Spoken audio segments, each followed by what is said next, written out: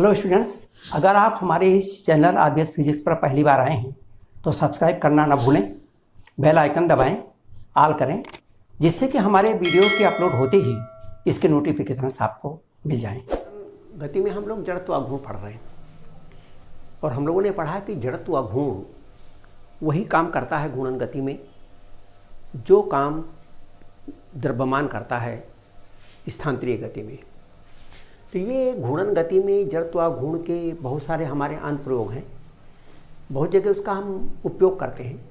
तो कहाँ कहाँ उसका अनुप्रयोग है और उसका क्या महत्व है, हम उसके बारे में थोड़ा सा पढ़ते हैं। जड़त्व आघूर्ण के अनुप्रयोग के लिए एक तो सबसे बड़ी बात है कि जो जड़त्व आघूर्ण है, जब कोई वस्तु घूम रही है तो घूमती रहेगी जब तक कि कोई बाह्य बल उसको न रोके, चाहे घर्षण का हो चाहे कोई भी हो। तो इसलिए इसका उपयोग हम इंजन में करते हैं। जितने भी हमारे इंजन हैं, चाहे वो पेट्रोल इंजन हो, डीजल इंजन हो, कैरोसिन इंजन हो, उस इंजन में पिस्टन रहता है। इस पिस्टन में नीचे से गैस आती है, यानी एक हिस्सा ऐसी है जिससे इसके अंदर पेट्रोल आता है।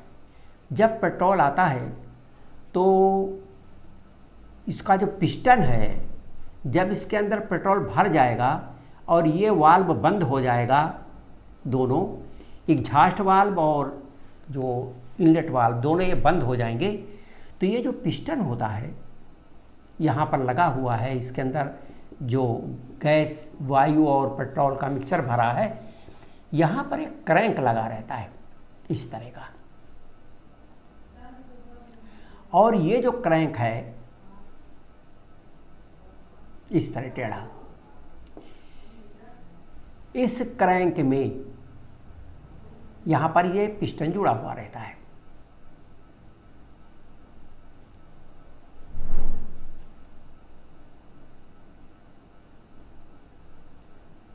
इस तरह से यहां पर ये रॉड, कनेक्टिंग रॉड जुड़ी रहती और ये पिस्टन को नीचे ऊपर ले जाती है। ये कनेक्टिंग रॉड यहाँ पर इस क्रैंक से जुड़ी है। ये क्रैंक ऊपर जाएगा, नीचे आएगा, ऊपर जाएगा, नीचे आएगा और ये पिस्टन को ऊपर नीचे करेगा। जब ये पिस्टन ऊपर से नीचे आ गया तो इस गैस को दबा देगा, यानी ये समझिए कि ये क्रैंक और थोड़ा यहाँ पिस्टन आ गया, इस पिस्टन ने इस गैस को दबा दिया। इस स्थिति में हमारा पिस्टन आया, इसने इसको दबाया। जब यहाँ पर ये गैस दब गई, कहीं से निकलने का रास्ता नहीं, बंद है दोनों वाल्व, इसका प्रेशर हाई हो गया। अगर ये पेट्रोल इंजन है तो यहीं पर इसमें स्पार्क प्लग लगा रहता है, उसमें चिंगारी पैदा कर देता है और वो आग पकड़ लेता है। और अगर ये डीजल इंजन है तो केवल प्रेशर के कारण से ही ये आग पकड़ लेता है और जलता है। जब जलता है तो इसका बालूम फैलता है। जब बालूम फैलेगा तो इस पिस्टन को धक्का देगा और इस पिस्टन इस क्रैंक को घुमाएगा और ये क्रैंक घूम करके और फिर इस तरह हो जाएगा, इस तरह क्रैंक घूम करके हो जाएगा इस तरह का। लेकिन फिर वहीं जाके वो रुक जाएगा, वापस क्यों आएगा? इसीलिए इसमें एक बहुत बड़ा पहिया लगा रहता है। ये पहिया बीच में तो हल्का रहता है, पतला रहता है, लेकिन किनारे पर ये मोटा रहता है। जब किनारे पर पहिया मोटा रहेगा तो इसका जड़त्व आघूर्ण ज़्यादा रहेगा, क्योंकि द्रव्यमान इसका किनारे पर ज़्यादा है। जड़त्व आघूर्ण ज़्यादा होगा, इसका मतलब एक बार अगर ये पहिया घूम जाएगा तो काफ़ी देर तक ये घूमता रहेगा। तो इस पहिए के कारण होता क्या है कि जैसे इस पिस्टन को धक्का पिस्टन को लगा, उस घूमा, क्रैंक ऊपर गया और ये पहिया घूम गया। अब ये पहिया कई राउंड अपने आप करता रहता है। उतनी देर में फिर ये नीचे को आता है, फिर आउटलेट वाल्व खुल जाता है, गैस जली हुई बाहर निकल जाती है, फिर ये बंद हो जाता है, फिर इनलेट वाल्व खुल जाता है, फिर गैस अंदर आ जाती है और फिर वो दब करके फिर इस स्थिति में पहुंच जाता है। इसका एक चक्कर पूरा हो जाता है। तो ये जो हमारा पहिया है उसका जो जड़त्व आघूर्ण है, इस इंजन को चलाने के लिए ये महत्वपूर्ण है। अगर इस पहिए को निकाल देंगे तो क्रैंक आके ही रुक जाएगा, फिर वापस नहीं आएगा। कौन ले आएगा इसका? इसको लाने वाला ये पहिया है। यही है जो इस इंजन की गति को समान रूप से बनाए रखता है। इसलिए इसका नाम है गतिपालक चक्र। गतिपालक चक्र यानी फ्लाई व्हील। और जितने भी इंजन हैं उस सब में फ्लाई व्हील होती है। वो चाहे डीजल इंजन हो, चाहे पेट्रोल इंजन हो, चाहे रेलगाड़ी का इंजन हो, जितने भी इंजन होते हैं सभी में ये फ्लाई व्हील होती है जो इंजन की गति को समान बनाए रखती है। और एक बार जब पेट्रोल जल गया तो फिर ये लगातार इस फ्लाई व्हील के कारण से इसकी गति बनी रहती है। तेल आता है, जलता है, आता है, जलता रहता है। जब मोटरसाइकिल में हम किक मारते हैं तो उस किक में हम यही करते हैं कि हम चलाते हैं और जब ये फ्लाई व्हील घूम जाती है तो इसके अंदर पेट्रोल जल जाता है और फिर हमारा इंजन स्टार्ट हो जाता है और चलता रहता है। तो जितने भी इंजन हैं इस फ्लाई व्हील के बिना वो इंजन नहीं चल सकते। पानी खींचने के जो गांव में हमारे इंजन होते हैं पंप, उनमें भी बड़ा पहिया लगा रहता है। वही पहिया उस इंजन की जान है जो उसकी गति को समान रूप से बनाए रखता है। पहिया जितना बड़ा होगा वो इंजन उतना ही अच्छा होगा, उतना ही अच्छा गति को मेंटेन रखेगा। तो ये तो गतिपालक चक्र में इसका उपयोग है। इसके अलावा साइकिल है, मोटरसाइकिल है या हमारे इक्के हैं, तांगे हैं, अगर इनके पहिए को आप देखें तो इनका पहिया ठोस नहीं रहता। यहाँ बीच में तो धुरा है, ये किसी भी पहिए का धुरा है, ये धुरा है। लेकिन ये किनारे इसका रिम है, इसको कहते हैं रिम, किनारा। अब ये तीलियों से जुड़ा रहता है। ये हब्स लगी हुई हैं, ये तीलियां लगी हुई हैं, तीली या हब्स। अब ये जो तीली लगी हुई हैं, ये तीली के कारण से सारा द्रव्यमान इसका किनारे रहता है और ये जो पहिया है ये भारी नहीं रहता है। अगर इसको ठोस बना दें तो पहिया भारी हो जाएगा। अगर भारी हो जाएगा तो फिर साइकिल हो, एक्का हो, तांगा हो, उसको खींचना या चलाना कठिन होगा। साइकिल ही हमारी वजन हो जाएगी, भारी हो जाएगी। जब इसको तीलियों से जोड़ देते हैं तो उसका परिणाम क्या आता है कि इसका जड़त्व व गुण तो ज़्यादा हो जाता है लेकिन इसका वजन ज़्यादा नहीं होता। और जड़त्व व गुण ज़्यादा हो गया तो पहिया घूमने लगता है, तो कुछ चक्कर वो अपने आप लगाता रहता है, रुकने के पहले कई चक्कर जड़त्व व गुण के कारण वो लगा लेता है। कभी कभी आप देखिए सड़क बहुत साफ सुथरी हो, चिकनी हो, अब हम पैडल को चलाना बंद कर देते हैं तो भी साइकिल चलती चली जाती है। वो इसलिए चलती चली जाती है कि ये पहिए का जड़त्व व गुण है, वो आराम से उसको चलाता रहता है। इसी तरह से इक्के हैं, तांगे हैं या बैलगाड़ियाँ हैं, सबके पहियों में स्पोक्स लगी रहती हैं, तीलियाँ लगी रहती हैं। ये स्पोक्स आपका इक्का तांगा में भी इसी तरह के मोटे मोटे लकड़ी के बने हुए लगे होती हैं, जिसे हम स्पोक्स कहते हैं।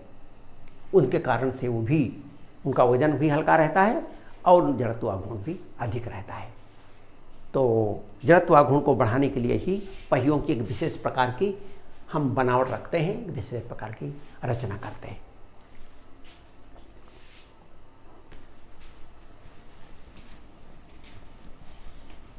ये जो हमारा जड़त्व व गुण है, इसमें हमने आपको बताया कि जो घूर्णन गति है और जो स्थानांतरीय गति है, स्थानांतरीय गति को विधिवत हमने पढ़ा है। तो घूर्णन गति और स्थानांतरीय गति केवल उसमें थोड़ा सा अंतर आता है, बाकी सूत्र लगभग मिलते जुलते हैं। तो हम कुछ क्वेश्चंस करते हैं। एक तो है कि M1 M2 द्रव्यमान के दो पिंड एक हल्की क्षण से जुड़े हैं, भारहीन क्षण से जुड़े हैं। M1 M2 द्रव्यमान के कण R लंबाई की भारहीन क्षण से जुड़े हैं। इस निकाय के गुरुत्व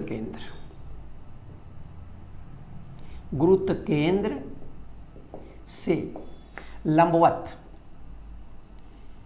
अक्ष के सापेक्ष जड़त्व गुण निकालो।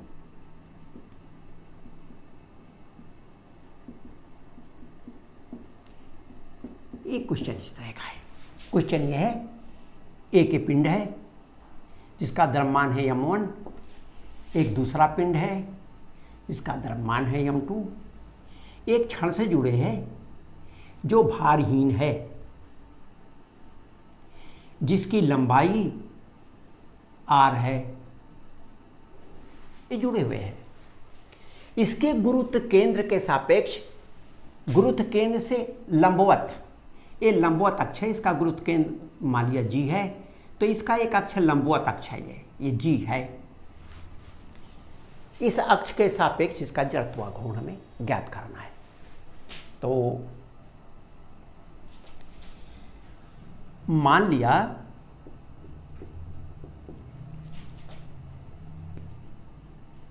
m1 एवं m2 से गुरुत्व केंद्र G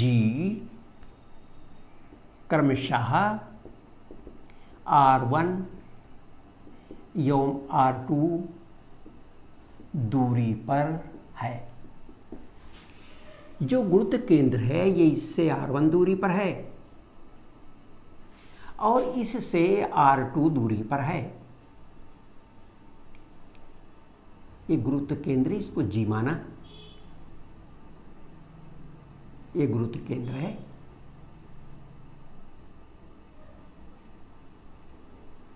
जी,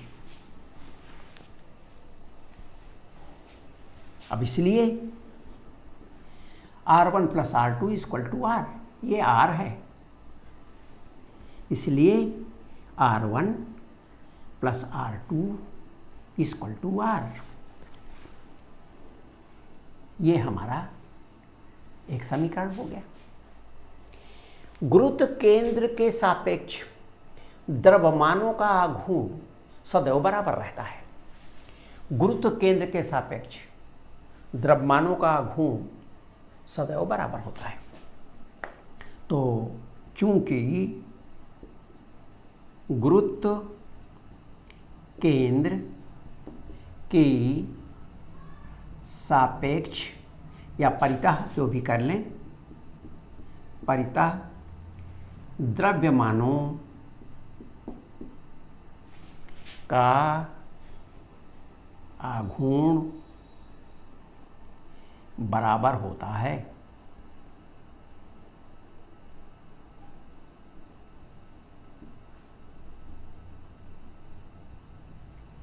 बराबर होता है, इसलिए m1 R1 equal to m2 R2, m1 R1 equal to m2 R2। समीकरण 1 से देखिए, R1 बराबर R माइनस R2, m समीकरण 1 से R1 equal to R minus R2, और इसीलिए रख दिया m1 R minus R2 equal to m2 R2, multiply कर दिया। इसीलिए m1 R1 m1 R minus m1 R2 equal to m2 R2, या इनको दोनों को एक तरफ कर दिया, इसमें R2 कॉमन हो जाएगा। R2 आ जाएगा m1 प्लस m2, ये इधर जाएगा तो ये माइनस का प्लस हो जाएगा।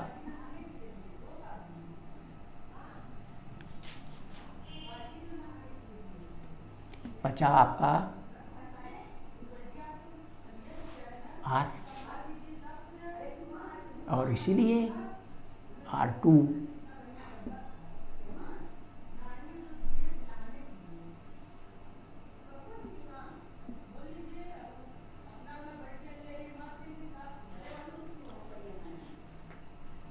इंटू आर,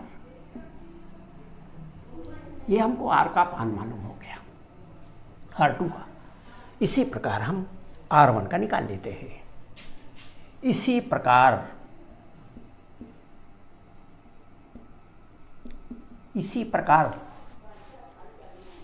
अब यहां पर R बराबर R माइनस R2, R1 बराबर R माइनस R2 बराबर R minus M1 R upon M1 plus M2। इसको इधर गुणा करेंगे तो आएगा M1 R plus M2 R minus M1 R upon M1 plus M2। यहाँ पर ये रास कट जाएगी तो ये बचा M2R, और इसलिए R1 equal to M2 upon M1 plus M2 into R।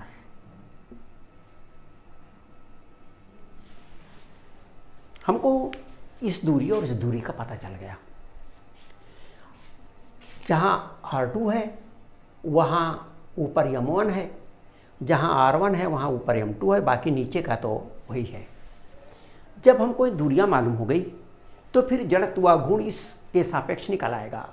इसलिए गुरुत्व केंद्र के से जाने वाले अक्ष के सापेक्ष जड़त्व गुण, इसलिए इस अक्ष के सापेक्ष जड़त्व गुण बराबर हुआ M1 R1 square plus M2 R2 square. हम जड़त्व गुण निकालते हैं। जड़त्व गुण को निकालने के लिए हमने इसको यहाँ मिटा दिया तो ये हो गया।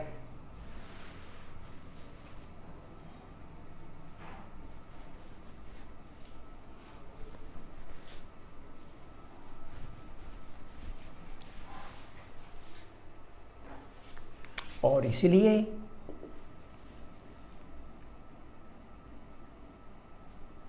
जी से जाने वाले अक्ष के परितः जड़त्व आघूर्ण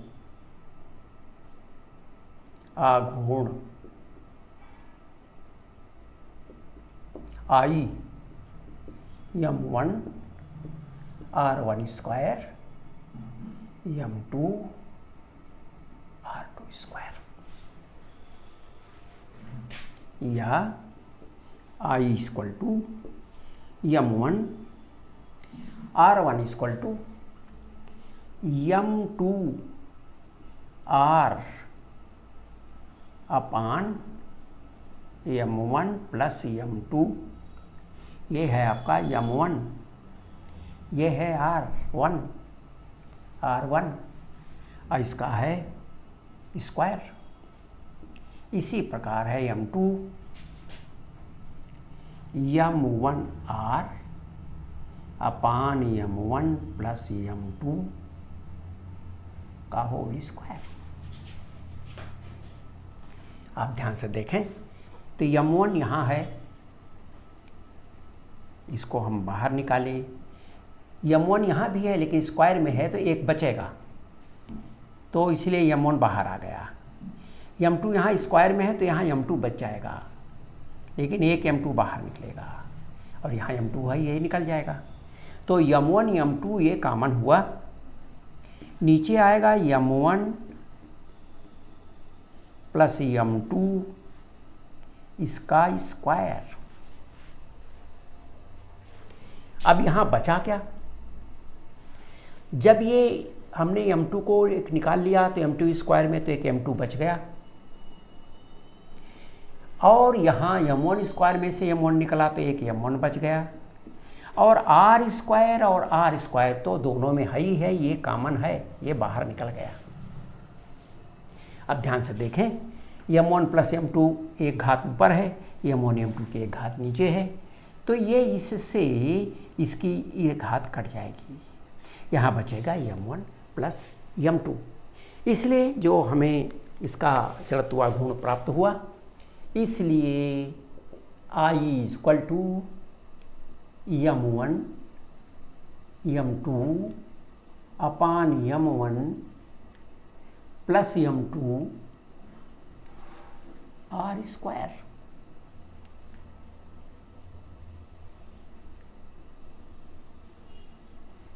ये इसका जड़त्वाघूर्ण, गुरुत्व केंद्र से जाने वाले अक्ष के सापेक्ष इसका जड़त्वाघूर्ण है।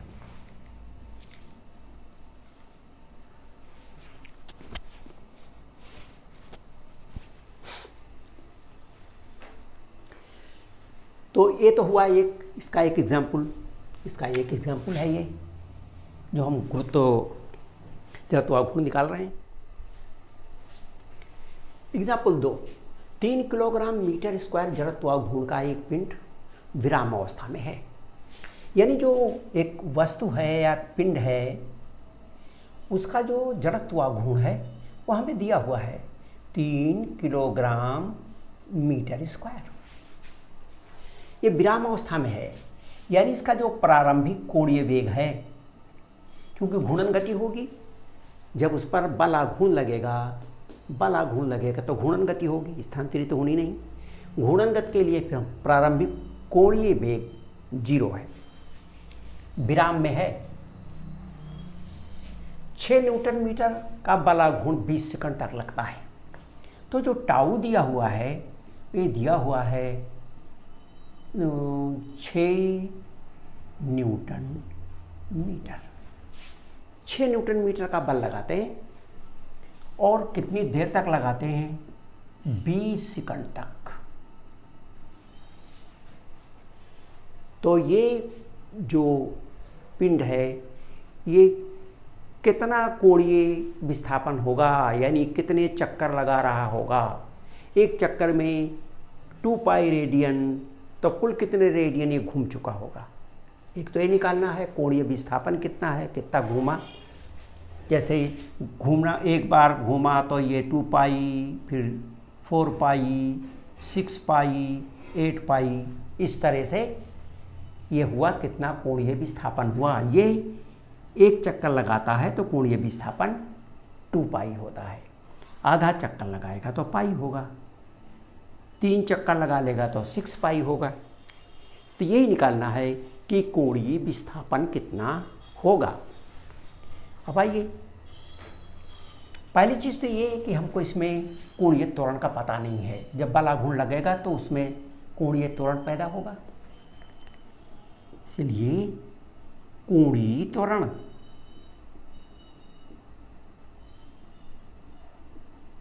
अल्फा बराबर टाउ अपान आई। टाउ बराबर आई अल्फा, टाउ बराबर आई अल्फा, टाउ बराबर आई अल्फा। जैसा कि स्थानांतरित गति में होता है, बल बराबर यम ए, तो आई की जगह एम की जगह आई, ए की जगह अल्फा और एफ की जगह टाउ, वही समीकरण। तो अल्फा इक्वल टू टाउ अपान आई, और ये हमें ज्ञात है। टाउ का मान दिया है 6 और आई का मान दिया है 3, तो ये इसका उत्तर आ गया आपका 2। ये हो गया 2 रेडियन प्रति सेकंड स्क्वायर त्वरण है।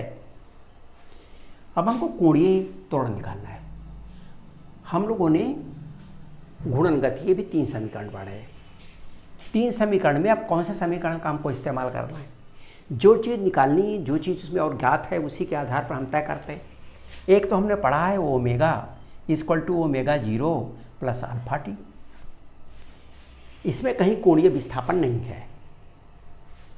फिर दूसरा है theta equal to omega 0 t plus 1/2 alpha t square.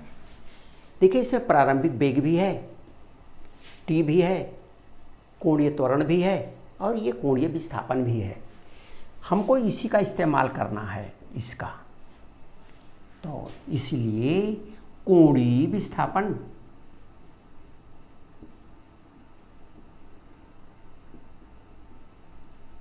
Theta equal to omega 0 t plus 1/2 alpha t square, या थीटा ओमेगा 0 का मान 0 दिया है और टी का मान तो 20 है, 1/2 अल्फा का मान हमने 2 निकाला है, टी का मान 20 है सेकंड, 20 × 20 ये कट गया, ये 0 हो गया। और इसलिए कोणीय विस्थापन थीटा इक्वल टू 400 रेडियन। ये 400 रेडियन कोणीय विस्थापन है जो हमको निकालना था। पूछा है कि इसी बीच कार्य कितना होगा। कार्य के लिए भी हमने पढ़ा है कि जो हमारा कार्य है स्थानांतरीय गति में कार्य बराबर होता है बल गुणे विस्थापन, बल गुणे विस्थापन। और स्थानांतरीय गति में घूर्णन गति होगी तो बल की जगह टाउ रहता है और स्थानांतरीय विस्थापन की जगह कोणीय विस्थापन रहता है। दोनों चीजें हमें अज्ञात है। कार्य W बराबर tau into theta, tau into theta. Tau ज्ञात है 6 और थीटा भी ज्ञात है 400। इसलिए कार्य W बराबर 2400 जूल,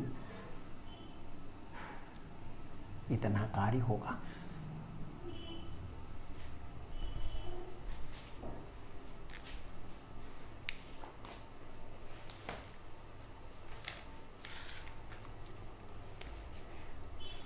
अब ये तो हो गया एक एग्जाम्पल। दूसरा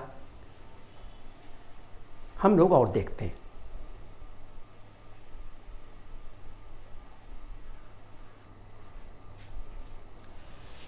दो किलोग्राम का एक पिंड 0.8 मीटर त्रिज्या के वृत्त पर 44 रेडियन पर सेकंड के कोणीय वेग से गति कर रहा है। अगर कोई बाह्य बलाघूर्ण न लगे और त्रिज्या को बढ़ा करके 1 मीटर कर दिया जाए तो कोणीय वेग का मान ज्ञात करो। यह क्वेश्चन कोणीय संवेग संरक्षण के सिद्धांत का है। कोणीय संवेग संरक्षण का सिद्धांत यह कहता है कि अगर किसी भी घूर्णनगत करती हुई वस्तु पर बाह्य बल कार्य न करे, बाह्य बल आघूर्ण न लगे, तो वस्तु का कोणीय संवेग संरक्षित रहेगा। यहाँ पर जो कोणीय संवेग है और यहाँ पर जो कोणीय संवेग है 1 मीटर कर देने पर दोनों को बराबर होना चाहिए। तो ये कोणीय संवेग संरक्षण का सिद्धांत है। कोणीय संवेग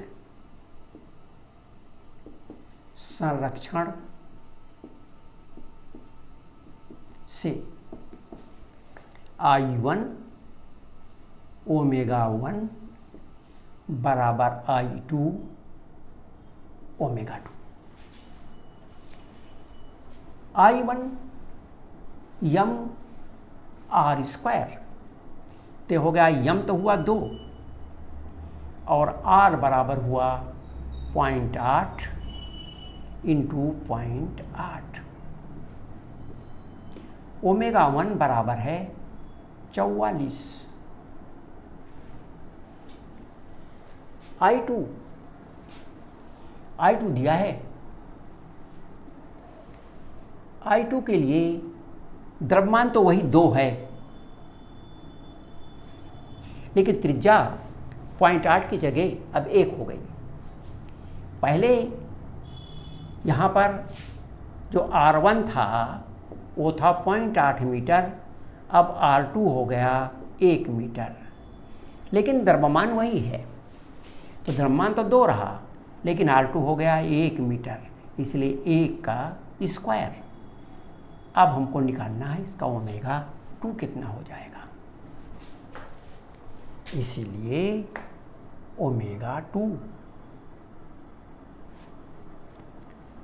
2.8 44/2 इंटू 1 का मतलब कुछ नहीं, 1 हट गया। अब इसको पूरा करिए तो आ गया 0.64 इंटू 4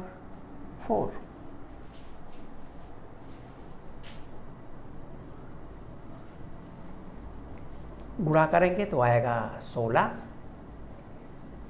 24 25, 6 5 2, 6 11 8 2,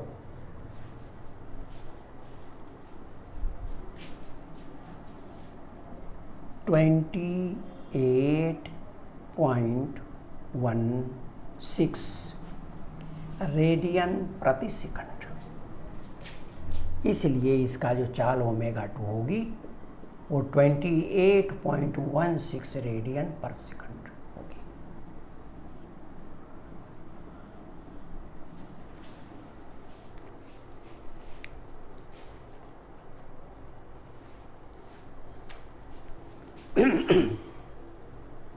ये तो इसके एग्जाम्पल्स हो गए। इसके अलावा जो जड़त्वाघूर्ण है हमारे पास, उसके 2 प्रमेय भी हैं।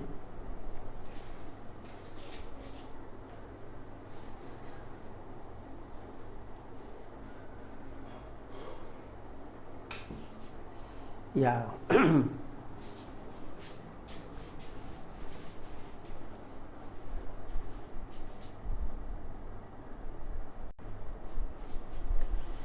समानांतर अक्षों का प्रमेय। ये जड़त्वाघूर्ण से संबंधित 2 प्रमेय हमारे पास हैं। एक समांतर अक्षों का प्रमेय है, एक लंबवत अक्षों का प्रमेय है। यहाँ पर हमें समांतर अक्षों का प्रमेय देखते हैं। यह है हमारा समानांतर अक्षों का प्रमेय, थ्योरम ऑफ पैरेलल एक्सेस। समांतर अक्षों का प्रमेय कहता है कि किसी भी वस्तु, ये कोई वस्तु है, का किसी भी अक्ष के सापेक्ष जड़त्वाघूर्ण, किसी भी वस्तु का किसी अक्ष के परितः जड़त्वाघूर्ण I, मान लिया हमारा अक्ष A भी है, इसके परितः जड़त्वाघूर्ण I, वस्तु के सेंटर ऑफ मास, द्रव्यमान केंद्र से जाने वाले इस अक्ष के समानांतर, इस अक्ष के समानांतर वस्तु के द्रव्यमान केंद्र से जाने वाले अक्ष के परितः जड़त्वाघूर्ण, यानी जो इसके समानांतर अक्ष द्रव्यमान केंद्र से जा रहा है CD, इसके परितः जड़त्वाघूर्ण I सेंटर ऑफ मास, तथा दोनों अक्षों की, तथा वस्तु का द्रव्यमान और दोनों अक्षों के बीच की दूरी के वर्ग के गुणनफल के योग के बराबर होता है। यानी इस अक्ष के सापेक्ष जो जड़त्वाघूर्ण है वो इसके सापेक्ष जड़त्वाघूर्ण प्लस इसका द्रव्यमान तथा दोनों अक्षों के बीच की दूरी के वर्ग के गुणनफल के योग के बराबर है। यह है हमारा समांतर अक्षों का प्रमेय, यानी I = IC centre of mass plus ma²। हम इसको प्रूव कर देते हैं कि ये इतना होता है। ये समानांतर अक्षों का जो प्रमेय हमारा है, इसको प्रूव करने के लिए आप यहाँ से ध्यान से देखें, हमको इस अक्ष के सापेक्ष जड़त्वाघूर्ण निकालना है। ए बी के सापेक्ष जड़त्व आघूर्ण। अब यहां पर प्रूफ,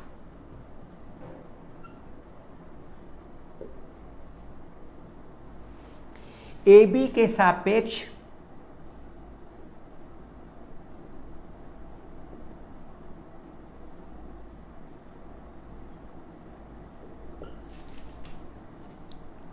ए बी के सापेक्ष जड़त्व आघूर्ण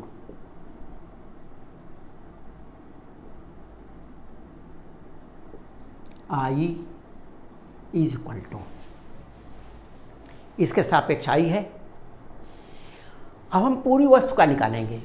अगर हम इसका इस अक्ष के सापेक्ष इस एक कण का निकालें यम द्रव्यमान का, तो यम प्लस ए प्लस आर का होल स्क्वायर इतना होगा। लेकिन पूरी वस्तु का निकालेंगे, संपूर्ण वस्तु का, तो सिग्मा कर देंगे। तो ए बी के सापेक्ष जड़त्वाघूर्ण I is equal to sigma यम और दूरी का वर्ग ए प्लस आर का स्क्वायर, इसके सापेक्ष निकाल रहे हैं। यहां से यहां तक की दूरी है ए प्लस आर, तो ये आपका हो गया ए प्लस आर का स्क्वायर। सिग्मा इसलिए किया कि हम संपूर्ण वस्तु का निकाल रहे हैं। ए बी के सापेक्ष जड़त्वाघूर्ण, आई तो संपूर्ण वस्तु का जड़त्वाघूर्ण है, इसलिए हम आई निकाल रहे हैं, इसलिए हमने यहाँ सिग्मा कर दिया। अब यहाँ इसके लिए थोड़ा हम इसको यहाँ खाली कर दें, तो देखिए यहाँ करते हैं। हमको इतना सिद्ध करना है, ये चीज़ लानी है यहाँ, ये जो दिया है। अब इसको देखिए, या I equal to sigma m, इसका स्क्वायर करते हैं, आर प्लस ए का होल स्क्वायर बराबर r square a square plus 2 AR, इसका स्क्वायर कर दिया, r square plus a square plus 2 AR, या I equal to sigma m r square, ये हो गया सिग्मा यम ए स्क्वायर, ये हो गया सिग्मा 2 यम ए आर। ये जो यम था ये सब में था, यहाँ गुणा किया तो एम आर स्क्वायर, यहाँ गुणा किया तो सिग्मा यम ए स्क्वायर, इससे इसमें गुणा कर दिया तो सिग्मा 2 यम ए आर। आप ध्यान से यहाँ देखें, sigma m r square, sigma m r square, m यहाँ से यहाँ तक की दूरी है, आर यहाँ से यहाँ तक दूरी है, यम द्रव्यमान है, और सिग्मा करेंगे तो इस द्रव्यमान केंद्र से जो अक्ष जा रहा है इसके सापेक्ष संपूर्ण वस्तु का जड़त्वाघूर्ण हो जाएगा सिग्मा यम आर स्क्वायर। तो ये I equal to sigma m r square is I centre of mass.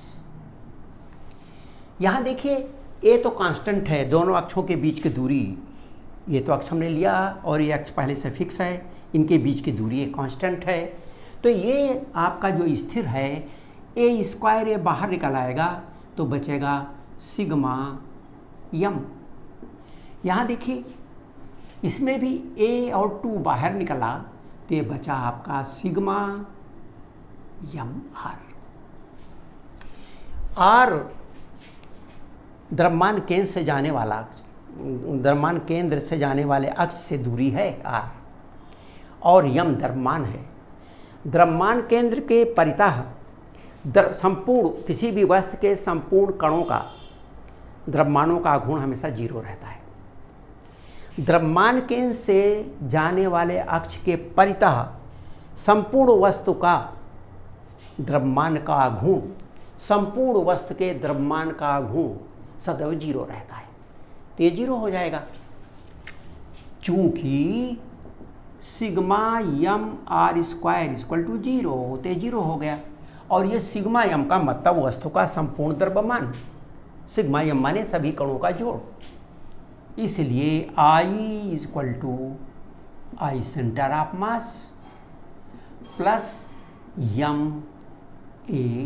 Square. यही प्रूव करना था कि किसी भी अक्ष के सापेक्ष जो जड़त्वाघूर्ण होता है वो द्रव्यमान केंद्र से जाने वाले जड़त्वाघूर्ण तथा वस्तु के द्रव्यमान दोनों अक्षों के बीच की दूरी के वर्ग के गुणनफल के जोड़ के बराबर होता है। यह हो गया समानांतर अक्षों का प्रमेय। समानांतर अक्षों का प्रमेय। वीडियो देखने के लिए बहुत बहुत धन्यवाद। यदि इस चैप्टर में किसी भी प्रकार का डाउट होता है तो आप हमारे कमेंट सेक्शन अथवा हमारे सोशल साइट्स पर जाकर पूछ सकते हैं, जिसका लिंक हमारे डिस्क्रिप्शन पर दिया हो।